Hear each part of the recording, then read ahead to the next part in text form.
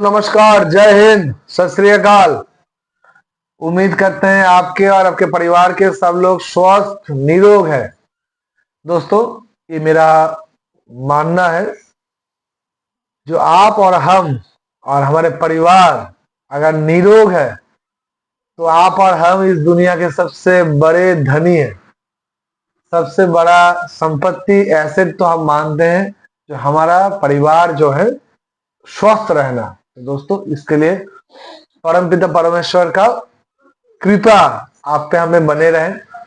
दोस्तों चलिए, जो सफर का हम लोग शुरुआत किए थे और जो सेशन हम लोग कंटिन्यू कर रहे हैं उसको थोड़ा एक कदम आगे और बढ़ाते हैं। दोस्तों, जब हम लोग वेल्थ का बात करते हैं, जो वेल्थ कैसे क्रिएट किया जाए, तो सही है, हम लोग म्यूचुअल फंड इंडस्ट्री के साथ जुड़े हुए हैं तो हम तो म्यूचुअल फंड के बारे में बताएंगे। बट ये बात भी सही है कि म्यूचुअल फंड ही ओनली सिंगल प्लेटफॉर्म नहीं है वेल्थ क्रिएशन का। आपका चॉइस कोई दूसरा भी हो सकता है। हाँ जी, आप सही समझ रहे हैं।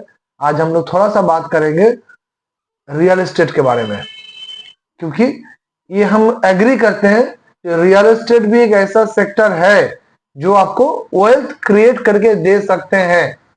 दोस्तों, आपको सबसे पहले आपके हमें इस बात को समझना पड़ेगा, हर एक इंस्ट्रूमेंट, कुछ लोग बोलते हैं क्या LIC वेल्थ नहीं, ज्यादा इस कॉन्सेप्ट को आपको समझना पड़ेगा।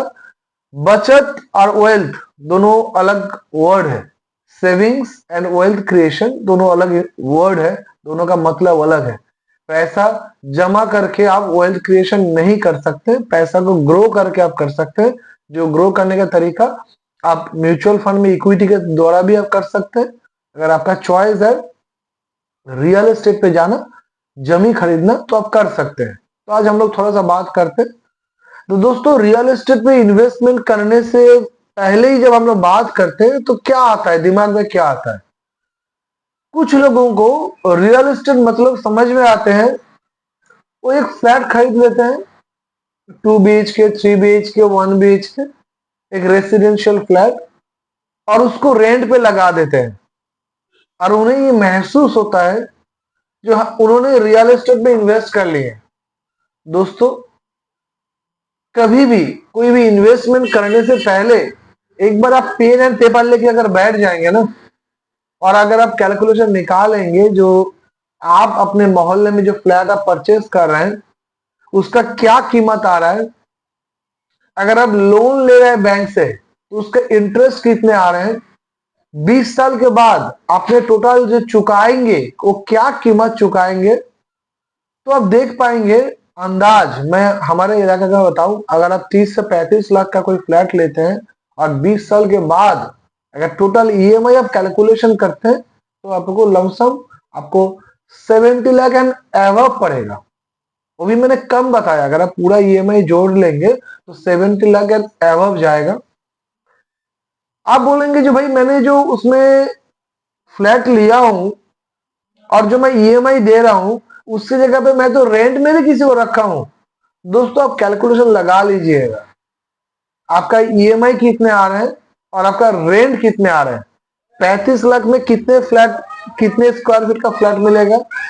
क्या आपको कारपेट एरिया आते हैं? क्या आपको सुपर बिल्डअप एरिया आते हैं? दोस्तों, जब हम लोग फ्लैट परचेस कर रहे हैं तो कारपेट एरिया क्या होते हैं, सुपर बिल्डअप एरिया क्या होते हैं, ये जानना हमारे लिए बहुत ज्यादा जरूरी है। जब वो 20% का जब आप देखेंगे ना, जो एरिया माइनस किया जाता है, जो कॉमन एरिया, और उससे जब आप पेमेंट करते हैं तब आप समझ पाएंगे जो कितने बड़ा एक अमाउंट होते हैं। तो अगर आपको रहने के लिए कोई जगह नहीं है, आपके सिटी में आप नौकरी कर रहे हैं और आपके पास रहने का कोई जगह नहीं है, तो मैं आपको पहले तो चॉइस आपको बताऊंगा, आप पहले रेंट में रहिए। अब देख लीजिए, पहले काम सेट हो जाए उसके बाद आप सोचिएगा। इनिशियल में आप उसको उस लाइन पे मत जाइए। फिर भी काफी सारे लोग इमोशनल में आ जाते हैं, वो सोचते हैं जो नहीं, मैं रेंट में रहूंगा, अच्छा नहीं लगता है। लेकिन आप EMI जो देते हैं ना, वो भी एक तरह का रेंट ही है।